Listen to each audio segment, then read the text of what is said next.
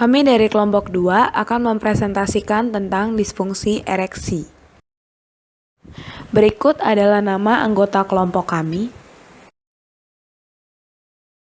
Menurut Dipiro pada tahun 2017, disfungsi ereksi adalah kegagalan untuk mencapai ereksi penis yang cocok untuk hubungan seksual. Pasien dapat menyebutnya sebagai impotensi. Insiden dan prevalensi disfungsi ereksi di dunia cukup tinggi. Tingginya insiden disfungsi ereksi sangat dipengaruhi usia, di mana semakin tua usia, prevalensi terjadinya disfungsi ereksi juga makin meningkat. Suatu studi MMAS melaporkan bahwa prevalensi disfungsi ereksi terjadi pada 52% pada pria berusia 40 sampai dengan 70 tahun, dengan lebih spesifik, disfungsi ereksi ringan, sedang, dan berat secara berturut-turut, yakni 17,25%, 25,2%, dan 9,6%. Selanjutnya adalah etiologi disfungsi ereksi. Jadi teman-teman, etiologi disfungsi ereksi dibagi menjadi dua, ada organik dan psikogenik. Untuk etiologi organik, ini biasanya ditandai dengan adanya perubahan perlahan atau bertahap, dan juga terjadi secara menetap. Lalu pada orang tersebut biasanya akan mengalami ereksi yang lebih baik pada saat ia berdiri dibandingkan pada saat ia sedang berbaring. Nah, ini bisa terjadi kalau ada kebocoran vena. Jadi, karena adanya kebocoran vena, maka aliran darah yang menuju ke penis juga akan terganggu, sehingga orang tersebut akan mengalami kesulitan ereksi apabila ia sedang berbaring. Lalu, etiologi psikogenik. Pada etiologi psikogenik ini terjadi secara tiba-tiba karena dipengaruhi oleh situasi dan kondisi psikis dari orang tersebut. Oleh karena itu, disfungsi ereksi ini tidak terjadi secara terus-menerus. Lalu orang tersebut juga cenderung mengalami ereksi nokturnal yang lebih baik. Ereksi nokturnal itu merupakan ereksi yang terjadi saat tidur. Dan respons terhadap inhibitor fosfodiesterase tipe 5 juga cenderung sangat baik.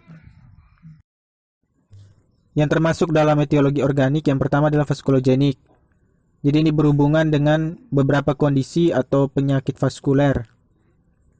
Nah, contohnya itu seperti aterosklerosis, hipertensi, hiperkolesterolemia, diabetes mellitus, kebiasaan merokok, serta kondisi atau penyakit lain yang berhubungan dengan vaskuler. Lalu endokrinological. Ini berhubungan dengan sistem endokrin. Contohnya itu seperti hipogonadisme, hiperprolaktinemia, hiper dan hipotiroid. Lalu neurogenik, berhubungan dengan sistem saraf.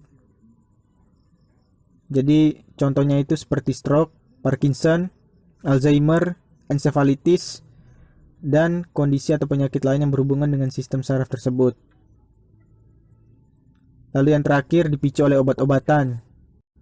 Ini contohnya seperti antihipertensi.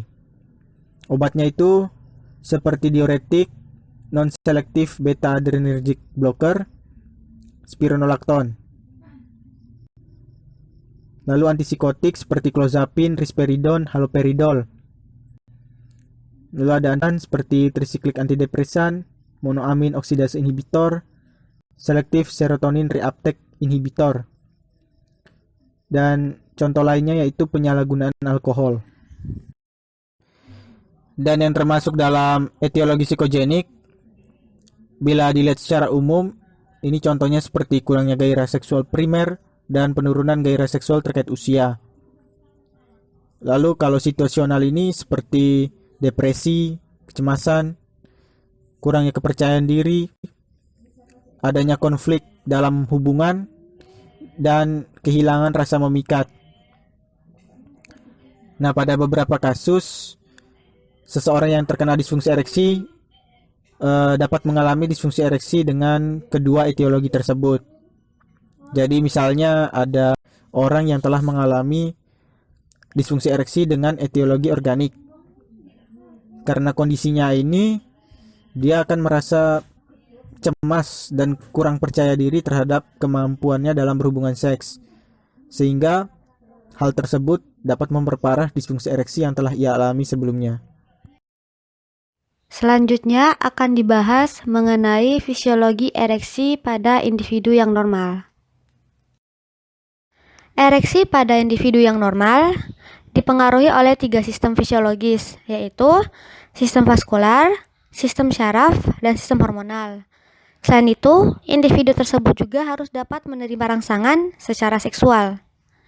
Nah, selanjutnya akan dibahas satu persatu mengenai sistem fisiologis yang telah disebutkan sebelumnya.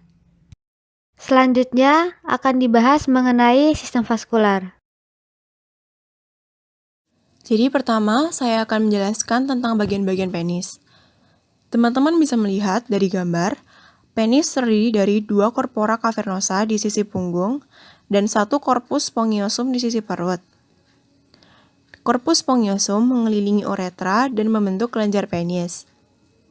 Corpora terdiri dari beberapa sinus yang saling berhubungan yang dapat diisi darah untuk menghasilkan ereksi. Nah, pada bagian corpora cavernosa terbungkus oleh tunika albuginea atau membran jaringan fibrosa yang memiliki distensibilitas atau daya renggang pembuluh darah terbatas. Kemudian, bagaimana penis bisa lembek dan ereksi dilihat dari sistem vaskular? Dalam keadaan lembek, aliran arteri ke dalam dan aliran keluar vena dari korpora seimbang. Selama fase ereksi, arteri aliran darah meningkat dan darah mengisi sinusoid di dalam korpora yang menyebabkan membengkak atau swelling dan memanjang. Ereksi diperpanjang dengan penurunan aliran keluar vena corpora yang disebabkan oleh kompresi venula subtunis terhadap tunika albuginea karena corpora bengkak. Berikutnya akan dibahas mengenai pengaruh asetilkolin terhadap ereksi. Asetilkolin mempengaruhi ereksi dengan cara meningkatkan aliran arteri ke corpora dengan vasodilatasi. Asetilkolin itu punya 2 jalur yang dapat mempengaruhi ereksi. Pada jalur yang pertama, asetilkolin itu dapat meningkatkan produksi dari nitrit oksida. Dan nitrit oksid itu teman-teman bisa lihat di kotak-kotak warna biru. Nah, nitrit oksid sendiri dapat tingkatin aktivitas dari guanylyl silase di bulatan warna pink. Nah, guanylyl silase itu dapat tingkatin konversi dari guanosin trifosfat atau GTP jadi CGMP. CGMP sendiri dapat aktifin CGMP dependent kinase yang bisa turunin konsentrasi kalsium intraseluler di sel-sel otot polos arteri penis dan di sinus cavernosal. Menurunnya konsentrasi kalsium ini dapat menyebabkan otot polos tersebut menjadi relaksasi. Nah, relaksasi yang terjadi dapat meningkatkan aliran darah di arteri dan pengisian darah korpora. Hal tersebut yang menyebabkan terjadinya ereksi. Untuk jalur yang kedua, asetilkolin atau prostaglandin E, teman-teman bisa lihat di gambar itu tulisannya PGE, bisa aktifin atau meningkatkan aktivitas dari adenyl silase. Nah, adenyl silase sendiri ini dapat tingkatin konversi dari adenosin trifosfat menjadi CAMP. Nah, CAMP sendiri punya fungsi atau efek yang sama dengan CGMP. CAMP itu dapat mengurangi konsentrasi kalsium intraseluler yang dapat menyebabkan sel-sel otot polos di arteri penis dan di sinus cavernosal menjadi relaksasi dan pengisian darah korpora dan aliran darah arteri menjadi meningkat sehingga menyebabkan ereksi. Sistem saraf dan psikogenik. Kemudian ke slide berikutnya, ereksi itu juga dapat dipengaruhi oleh sistem saraf dan psikogenik. Secara sadar, ketika seseorang itu menerima rangsangan seperti melihat pasangan yang menarik, mendengar kata-kata yang manis, mencium aroma tertentu, atau menyentuh objek yang menyenangkan dapat menyebabkan terjadinya reaksi ereksi. Lalu kok bisa sih rangsangan itu dapat menyebabkan terjadinya ereksi?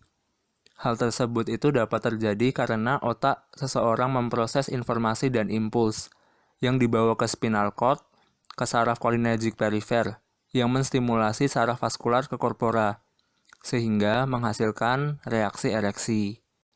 Untuk memperjelas kembali, setelah berpindah ke spinal cord, rangsangan impuls berpindah ke penis melalui saraf eferen parasimpatetik, termasuk inhibitor saraf simpatetik, proerektogenik, saraf parasimpatetik, dan saraf proerektogenik somatik. Hipotalamus dianggap sebagai bagian dari respon otak untuk mengintegrasikan rangsangan eksternal, yaitu pada medial preoptic area. Teman-teman bisa lihat pada gambar sebelah kanan, medial preoptic area itu terletak pada bagian mana di otak. Menurut Dipiro 2017, dopamin dapat memberikan efek proerektogenik, sedangkan rangsangan alfa-2 adrenergik menyebabkan penis menjadi dan atau tetap lembek. Berikutnya, sistem hormon. Pada pria terdapat hormon testosteron. Nah, hormon testosteron ini diproduksi oleh testis dengan laju harian 4 hingga 8 mg dan konsentrasi serum fisiologis normal adalah 300 hingga 1100 Ng per dl. Pada hormon ini diikuti oleh pola sirkadian dengan kadar darah tertinggi di pagi hari dan tingkat terendah di malam hari. Sekitar 44% testosteron dalam aliran darah terikat dengan globulin pengikat hormon seks. Nah, peningkatan globulin ini ditandai dengan adanya hipotiroidisme, obesitas, penuaan, sindrom nefrotik, dan sirosis hati. Testosteron ini merangsang libido atau dorongan seksual dan meningkatkan massa otot pada pria sehingga dapat meningkatkan proses pembuluh darah yang penting untuk ereksi pada penis. Pada pria mengalami penurunan fungsi hormon testosteron secara bertahap itu dimulai pada usia 40 tahun terkait dengan penurunan massa otot dan fungsi seksual. 3 gejala utama dari kadar testosteron serum rendah yaitu ada penurunan libido, disfungsi ereksi, dan hilangnya ereksi spontan di pagi hari. Hal ini disebabkan karena adanya kelelahan, malaise, perasaan depresi, penurunan kepadatan tulang, peningkatan lemak, rasio otot, ginekomastia, anemia, dan resistensi insulin. Jika seseorang memiliki hipogonadisme dan penurunan libido, hal ini dapat menyebabkan seseorang itu tidak dapat berereksi secara normal. Berikutnya adalah patofisiologi dari disfungsi ereksi. Disfungsi ereksi dapat disebabkan oleh gangguan vaskular, neurologi, dan hormonal yang merupakan penyebab organik. Selain itu, disfungsi ereksi juga dapat disebabkan oleh faktor psikogenik, yaitu pasien yang tidak menanggapi rangsangan psikogenik dan tidak memiliki penyebab organik. Berikut beberapa kondisi yang dapat meningkatkan kejadian disfungsi ereksi. Yang pertama adalah penyakit yang dapat membahayakan atau menghambat aliran darah ke corpora cavernosum. Misalnya penyakit pembuluh darah perifer, arteriosklerosis, dan hipertensi esensial. Yang kedua adalah penyakit yang merusak konduksi saraf ke otak. Misalnya cedera tulang belakang atau stroke, dan kondisi yang merusak konduksi saraf perifer ke pembuluh darah ke penis. Misalnya diabetes mellitus.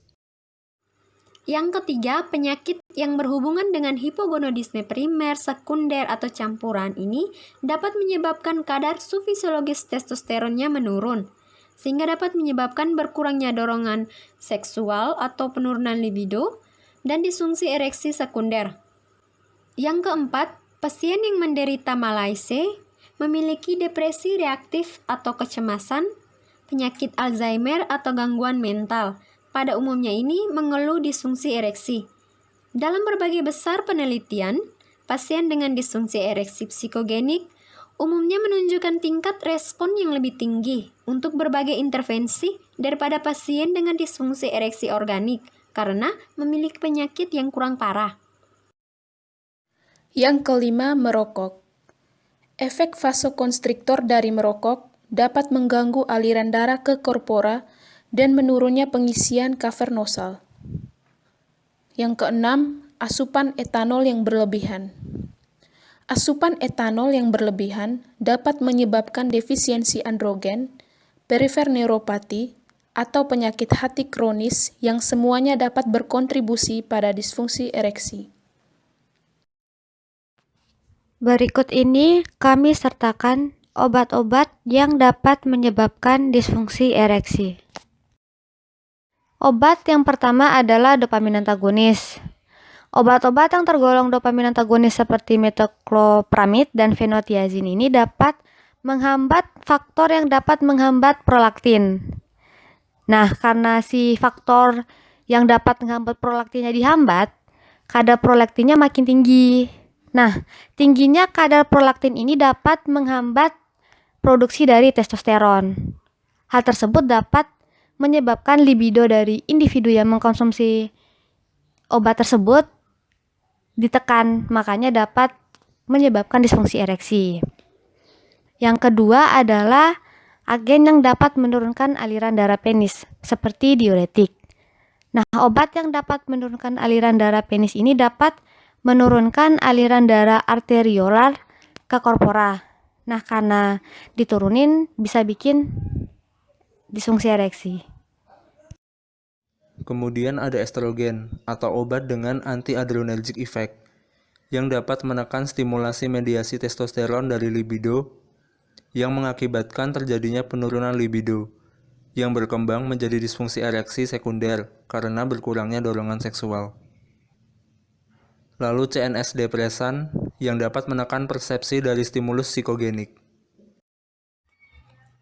Kelas obat berikutnya itu ada agen antikolinergik seperti antihistamin, anti-Parkinson, trisiklik antidepresan, dan fenotiazin. Aktivitas kolinergik ini dapat menyebabkan disfungsi ereksi. Catatan penting yang perlu diperhatikan yaitu pertama, generasi kedua antihistamin non-sedasi, contohnya loratadin, fexofenadin, atau cetirizine, dihubungkan dengan disfungsi ereksi lebih sedikit daripada generasi pertama. Yang kedua ada selektif serotonin reuptake inhibitor atau SSRI dan multiple reuptake inhibitor antidepresan lebih sedikit menyebabkan disfungsi ereksi dibandingkan trisiklik antidepresan. Dan yang berikut ada fenitiazin dengan efek antikolinergik yang rendah, contohnya itu chlorpromazine dapat diganti pada beberapa pasien apabila mengalami disfungsi ereksi. Adapun obat-obat lain yang dapat menyebabkan disfungsi ereksi itu contohnya ada finasterid, dustasterid, litium karbonat, gemfibrozil, dan clofibrat. Nah, mekanisme ini tidak dapat diketahui tetapi dapat menyebabkan disfungsi ereksi. Outcome terapi untuk disfungsi ereksi adalah meningkatkan kuantitas dan kualitas ereksi penis yang cocok untuk hubungan seksual, serta menghindari reaksi dan interaksi obat yang merugikan. Selanjutnya, terapi farmakologi dari disfungsi ereksi. Berikut adalah algoritma terapi dari pasien yang mengalami disfungsi ereksi. Jadi, sebelum mendapatkan terapi farmakologi, pasien perlu mendapatkan beberapa penanganan. Di antaranya, mengobati penyakit yang melatar belakangi, menghentikan pengobatan yang mempengaruhi, menghindari faktor resiko, dan jika pasien mengalami hipogonadisme, pasien dapat diberikan suplemen testosteron. Apabila setelah mendapat beberapa penanganan tersebut, pasien masih mengalami disfungsi ereksi, maka dapat diberikan terapi golongan fosfodiesterase inhibitor. Jika terapi dirasa efektif, maka terapi dapat dilanjutkan. Perlu juga dilakukan pengoptimalan dalam terapi. Pengoptimalan dilakukan dengan cara memastikan pasien mengambil dosis pada waktu yang tepat, memastikan pasien memiliki dosis 7 hingga 8, kemudian mentitrasi dosis. Jika pasien kontraindikasi dengan fosfodiesterase inhibitor, maka pasien dapat menggunakan alat vakum ereksi. Kemudian, apabila fosfodiesterase inhibitor dan alat vakum ereksi tidak efektif, maka injeksi intrakavernosal sebagai agen kerektogenik atau insersi prostaglandin intrauretral adalah perawatan lini kedua. Jika masih inefektif, maka dapat dilakukan terapi kombinasi, Intervensi bedah harus disediakan untuk pasien yang gagal menanggapi perawatan lini pertama dan kedua. Mekanisme dari fosfodiesterase inhibitor yaitu memediasi katabolisme dari siklik guanilat monofosfat. Ketika terjadi sexual stimulation, syaraf NANC non-adrenergic non-cholinergic neuron dan endotelial cell pada jaringan penis melepaskan nitric oxide. Nitric oxide mampu menstimulasi aktivitas guanilat siklase, yaitu enzim yang dapat merubah GTP, guanilat trifosfat, menjadi CGMP, siklik guanosin monofosfat.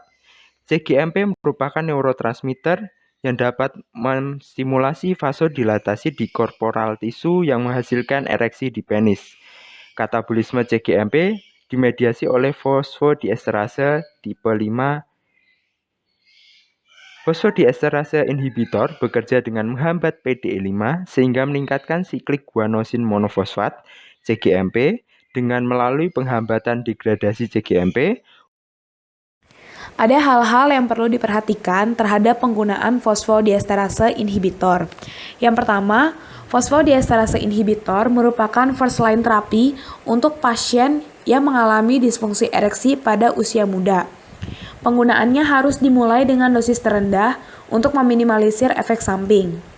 Yang kedua, fosfodiesterase inhibitor kontraindikasi dengan pasien yang mengonsumsi nitrat karena keduanya mampu meningkatkan resiko hipotensi. Yang ketiga, fosfodiesterase inhibitor meningkatkan resiko pada retinitis pigmentosa, yakni menyebabkan kehilangan penglihatan pada warna biru dan hijau. Hal ini dikarenakan fosfodiesterase isoenzim tipe 6 terlokalisasi pada batang dan kerucut mata. Penghambatan isoenzim ini telah dikaitkan dengan penglihatan kabur dan cyanopsia. Fosfodiesterase inhibitor memiliki 4 golongan, yaitu sildenafil, tadalafil, afanafil, dan vardenafil. Sildenafil memiliki salah satunya yaitu Viagra, dikonsumsi 50 mg dan untuk konsumsinya 1 jam sebelum berhubungan. Pengaturan dosis dapat dilakukan pada pasien dengan umur 65 tahun ke atas atau memiliki creatinine clearance kurang dari 30 ml per menit atau pasien dengan masalah hepatik dapat dikurangi dosisnya menjadi 25 mg. Titrasi dosis dapat dilakukan apabila ereksi sebelumnya tidak mencapai 1 jam. Sildenafil dapat menurunkan tekanan darah sistolik dan diastolik, dan jika dikonsumsi dengan antihipertensi dapat meningkatkan resiko hipotensi. Sildenafil kontraindikasi pada pasien dengan masalah oftalmologi. Sildenafil dapat dihentikan apabila pasien mengalami kehilangan penglihatan dan pendengaran, dan jika pasien mengalami priapism atau ereksi berkepanjangan, maka diharapkan segera menuju ke emergency department. Selanjutnya ada vardenafil. Vardenafil memiliki Levitra dan Saxim. Levitra dikonsumsi 1 jam sebelum berhubungan dengan dosis 5-10 mg per oral. Pengaturan dosis dapat dilakukan pada pasien dengan umur 65 tahun ke atas dan apabila pasien memiliki moderate hepatic impairment, maka dosis diturunkan menjadi 5 mg Levitra. Titrasi dosis dapat dilakukan apabila ereksi yang pertama tidak mencapai 1 jam. Untuk Saxim, bentuknya yaitu tablet, harus dilarutkan pada lidah dan dikonsumsi 1 jam sebelum berhubungan. Saxim tidak boleh dikonsumsi dengan berbagai jenis makanan dan minuman. Titrasi dosis tidak dilakukan untuk Saxim. Vardenafil sendiri dapat menurunkan tekanan darah sistolik dan diastolik, dan apabila dikonsumsi dengan antihipertensi dapat meningkatkan efek samping berupa hipotensi. Untuk pemberhentiannya, seperti pada sildenafil, diberhentikan apabila pasien mengalami kehilangan penglihatan dan pendengaran, dan jika mengalami ereksi berkepanjangan, maka diharapkan segera menuju ke emergency department. Ketika pasien mengalami efek samping berupa jantung berdebar dan pusing, segera cek EKG. Selanjutnya ada tadalafil, brandnya yaitu Cialis. Untuk Dosisnya dapat dilihat pada tabel dengan konsumsinya ada yang sebelum berhubungan dan ada yang sehari sekali. Untuk pengaturan dosis dapat dilihat pada special population dose, ada pengaturan dosis tersendiri, dan untuk penggunaan tadalafil pada pasien dengan cardiovascular disease dapat diperhatikan karena memiliki resiko bawaan yang dipengaruhi oleh aktivitas seksual. Tadalafil selain menghambat PDE5 juga menghambat PDE11 yang menimbulkan nyeri punggung yang bersifat mild dan dapat hilang dengan sendirinya. Seperti pada obat sildenafil dan vardenafil, tadalafil juga harus dihentikan apabila pasien mengalami tanda-tanda kehilangan penglihatan dan pendengaran, dan jika pasien mengalami ereksi yang berkepanjangan, dapat segera ke emergency department. Kemudian ada afanafil yang banyak dikenal sebagai sebutan Stendra, dikonsumsi 100 mg per oral 30 menit sebelum berhubungan. Untuk pasien dengan creatinine clearance kurang dari 30 ml per menit, diharapkan tidak mengkonsumsi obat tersebut. Obat ini dapat menyebabkan ortostatik hipotensi apabila dikonsumsi dengan alkohol yang pada jumlah yang besar. Afanafil juga dapat mempengaruhi penurunan tekanan darah. Pada setiap obat pada phosphodiesterase inhibitor memiliki konsumsi yang berbeda-beda, ada yang 30 menit sebelum berhubungan dan ada yang 1 jam sebelum berhubungan. Perbedaan ini disebabkan karena perbedaan onset yang dihasilkan pada setiap obat tersebut. Terapi selanjutnya adalah testosterone replacement regimens. Nah, testosterone replacement regimen ini berfungsi untuk mengembalikan serum testosteron dalam jumlah yang normal, yaitu sebanyak 300 sampai 1100 nanogram per desiliter atau 10,4 sampai 38,2 nanomol per liter. Hal ini digunakan apabila pasien mengalami hypogonadism dengan tanda-tanda seperti lemas, kehilangan kekuatan otot, serta mempengaruhi depresi karena adanya pengurangan libido dan juga konsentrasi serum testosteron yang rendah. Kemudian injeksi lebih disarankan dibandingkan dengan oral, bukal, parenteral, dan transdermal karena tidak ada masalah pada bioavailabilitas, efek pada hepatotoksik, dan juga lebih efektif serta lebih murah. Dan sebelum penggunaan dilakukan screening pada pasien umur 40 tahun ke atas untuk mengetahui adanya hiperplasia prostatik jinak dan kanker prostat. Hal ini karena kedua penyakit tersebut termasuk testosterone dependent condition yang dapat berbahaya dengan pemberian eksogen testosteron. Efek samping yang ditimbulkan pada terapi testosterone replacement regimen ini yaitu hipertensi, gagal jantung, edema, gynecomastia, atau keadaan di mana jaringan payudara itu membesar karena ketidakseimbangan hormon. Contohnya bisa dilihat seperti pada gambar berikut ini.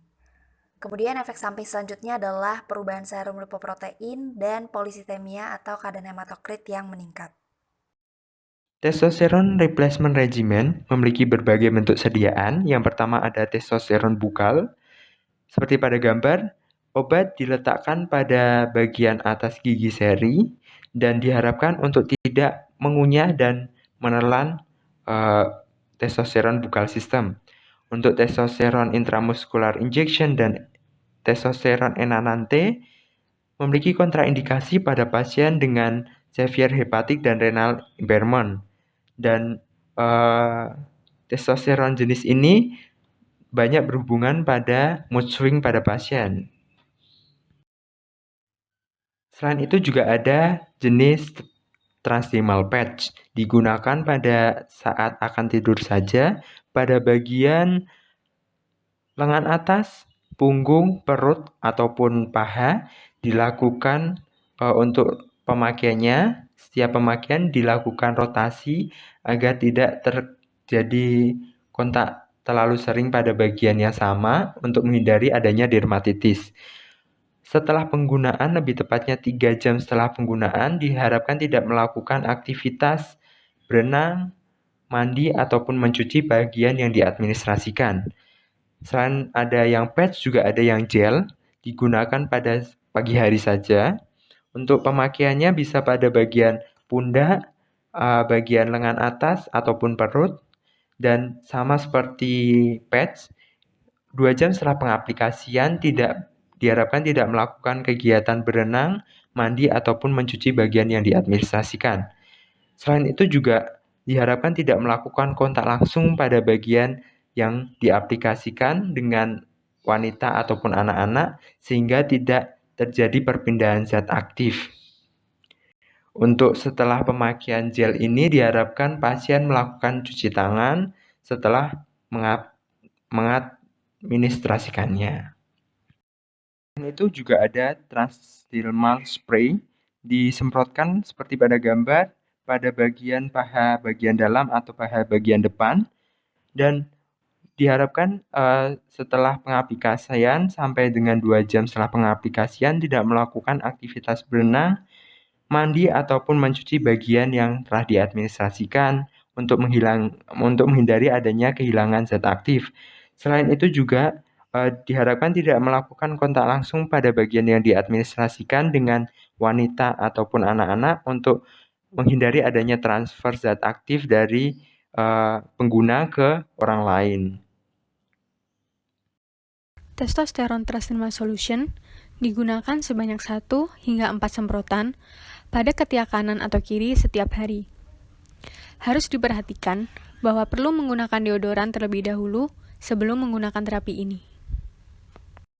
Testosteron subkutan implan pelet digunakan 150 hingga 450 mg sebagai single dose setiap 3-6 bulan. Pemberian terapi membutuhkan tenaga kesehatan profesional dan menggunakan perlengkapan yang steril. Prostaglandin S1 atau yang dikenal sebagai alprostadil yang menstimulasi adenyl siklase untuk meningkatkan produksi siklik adenosin monofosfat atau CAMP sebagai neurotransmitter yang menyebabkan smooth muscle relaxation dari pembuluh darah arteri dan jaringan sinusoidal yang mengarah ke korporal. Hal ini meningkatkan aliran darah dan pengisian darah ke korporal. Alprostadil digunakan setelah terapi vacuum erection device dan apabila terapi phosphodiester inhibitor tidak efektif. Terapi ini diberikan secara monoterapi. Diketahui bahwa pemberian secara intrakavernosal lebih efektif dibandingkan dengan intrauretral. Pemberian dosis injeksi intrakavernosal yaitu 10 hingga 20 mikrogram 5 hingga 10 menit sebelum berhubungan dengan maksimum dosis 60 mikrogram. Pemberian terapi tidak boleh lebih dari 1 kali sehari dan tidak boleh lebih dari 3 kali dalam seminggu. Pasien memerlukan latihan dalam pemberian injeksi secara aseptik. Hindari pemberian terapi injeksi intrakavernosal pada pasien dengan kondisi tertentu. Selanjutnya, pemberian dosis injeksi intrauretral yaitu 250 hingga 1000 mikrogram sebelum berhubungan. Pemberian injeksi tidak boleh lebih dari 2 dosis dalam sehari. Pasien memerlukan latihan dalam pemberian injeksi secara benar. Dapat digunakan alat bantu untuk menghindari luka pada uretra. Onset dari injeksi intrakavernosal yaitu 5-15 menit dengan durasi aksi kurang dari 1 jam. Penggunaan maksimal terapi ini yaitu 1 kali sehari dan 3 kali dalam seminggu. Dosis yang diberikan yaitu 10-20 mikrogram dengan maksimum dosis 60 mikrogram secara slow dose titration. Efek samping yang ditimbulkan yaitu fibrosis di bagian injeksi, penile pain, dan nyeri persisten selama ereksi. Injeksi tidak dilanjutkan karena dirasa kurang efektif, administrasi sulit, tidak natural, ereksi non-spontaneous, sulit untuk fobia jarum, kehilangan ketertarikan, dan harganya mahal. Injeksi ini dengan kombinasi VED atau vasoactive agent seperti papaverin dan ventolamin. Berikut gambar cara pemberian terapi injeksi intrakavernosal. Perlu diperhatikan bahwa pasien harus bisa melakukan teknik secara aseptik. Dosis yang diberikan pada injeksi intrauretral yaitu 125 hingga 1000 mikrogram 5-10 menit sebelum berhubungan dan setelah pengosongan kemih. Terapi ini digunakan tidak lebih dari 2 dosis sehari. Efek samping yang ditimbulkan yaitu berupa mild pain, sedangkan bagi pasangan akan terasa vaginal burning, lecet, atau nyeri pada vagina karena adanya transfer alprostadil selama berhubungan. Berikut gambar dari pemberian terapi injeksi intrauretral. Pasien harus buang air terlebih dahulu untuk melembabkan uretra. Dengan satu tangan, pasien memegang glans penis, dan dengan tangan lain, pasien memasukkan aplikator intrauretral ke dalam uretra. Pelet obat kemudian didorong ke dalam uretra. Penis harus dipijat untuk meningkatkan pembubaran obat dalam cairan uretra dan penyerapan obat.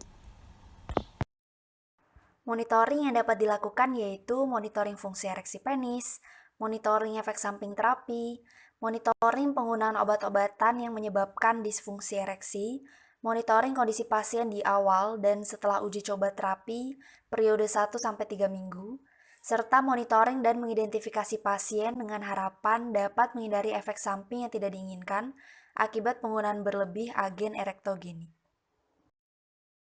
Selanjutnya, saya akan menjelaskan tentang terapi non-farmakologi untuk disfungsi ereksi. Yang pertama yaitu modifikasi gaya hidup. Modifikasi gaya hidup dapat digunakan sebagai terapi non-farmakologi. Modifikasi gaya hidup yang disarankan yaitu perubahan gaya hidup untuk menunjang terapi disfungsi ereksi, seperti mengatur pola makan, perbaikan gizi, mengontrol berat badan, rajin berolahraga, berhenti merokok, kemudian mengendalikan pikiran agar tidak mengalami stres dan juga tidak menggunakan obat-obatan terlarang. Kemudian yang kedua yaitu psikoterapi. Psikoterapi dapat digunakan sebagai monoterapi untuk disfungsi ereksi psikogenik atau juga dapat digunakan sebagai tambahan untuk perawatan khusus. Nah, psikoterapi dilakukan untuk mengatasi penyebab disfungsi. Kemudian diharapkan juga pasangan dapat berpartisipasi dengan menghadiri sesi psikoterapi. Psikoterapi dalam mengobati disfungsi organik tidak dapat bekerja secara efektif, kecuali dikombinasikan dengan terapi lain. Keuntungan dari psikoterapi ini yaitu non-invasif dan mitra partisipasi. Sementara kerugiannya seperti peningkatan biaya, komitmen waktu, dan efikasi kurang pasti. Yang ketiga yaitu Vacuum Erection Devices atau VED. VED adalah salah satu pengobatan yang paling efektif untuk disfungsi ereksi. Nah, VED dapat menjadi terapi lini pertama untuk pasien yang sudah matang dan dalam hubungan yang stabil. Dapat juga digunakan sebagai terapi lini kedua setelah mengalami kegagalan pengobatan oral atau pengobatan injeksi untuk disfungsi ereksi. Onset kerja VED ini cukup lambat, sekitar 3-20 menit, sehingga membutuhkan kesabaran.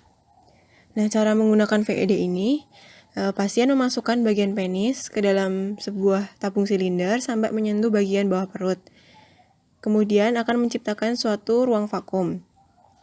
VED akan memberikan tekanan negatif pada penis untuk menarik darah dari vena ke dalam penis, yang kemudian akan dipertahankan dengan adanya pita pembatas yang terdapat di pangkal penis. VED ini dikontraindikasikan pada pasien dengan penyakit Sickle cell. Penggunaan VED juga harus diperhatikan pada pasien warfarin karena dapat menyebabkan priapisme.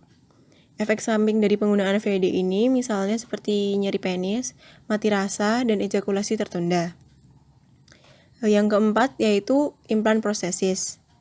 Jadi bedah prostesis ini merupakan perawatan yang paling invasif untuk disfungsi ereksi. Digunakan setelah kegagalan perawatan yang kurang invasif dan juga untuk pasien yang gagal dalam terapi farmakologi dan juga terapi yang lainnya. Implant prostesis ini memiliki dua komplikasi utama, yaitu kegagalan mekanik atau kemungkinan kegagalan prostesis yang dipasang dan juga infeksi. Tetapi infeksi dapat dikurangi dengan penggunaan profilaksis antibiotik. Apabila terjadi infeksi, diperlukan pengangkatan prostesis, kemudian pemberian antibiotik dan penanaman kembali setelah 6-12 bulan. Berikut merupakan daftar pustaka yang kelompok kami gunakan. Demikian presentasi dari kelompok kami mohon maaf apabila ada kesalahan. Terima kasih.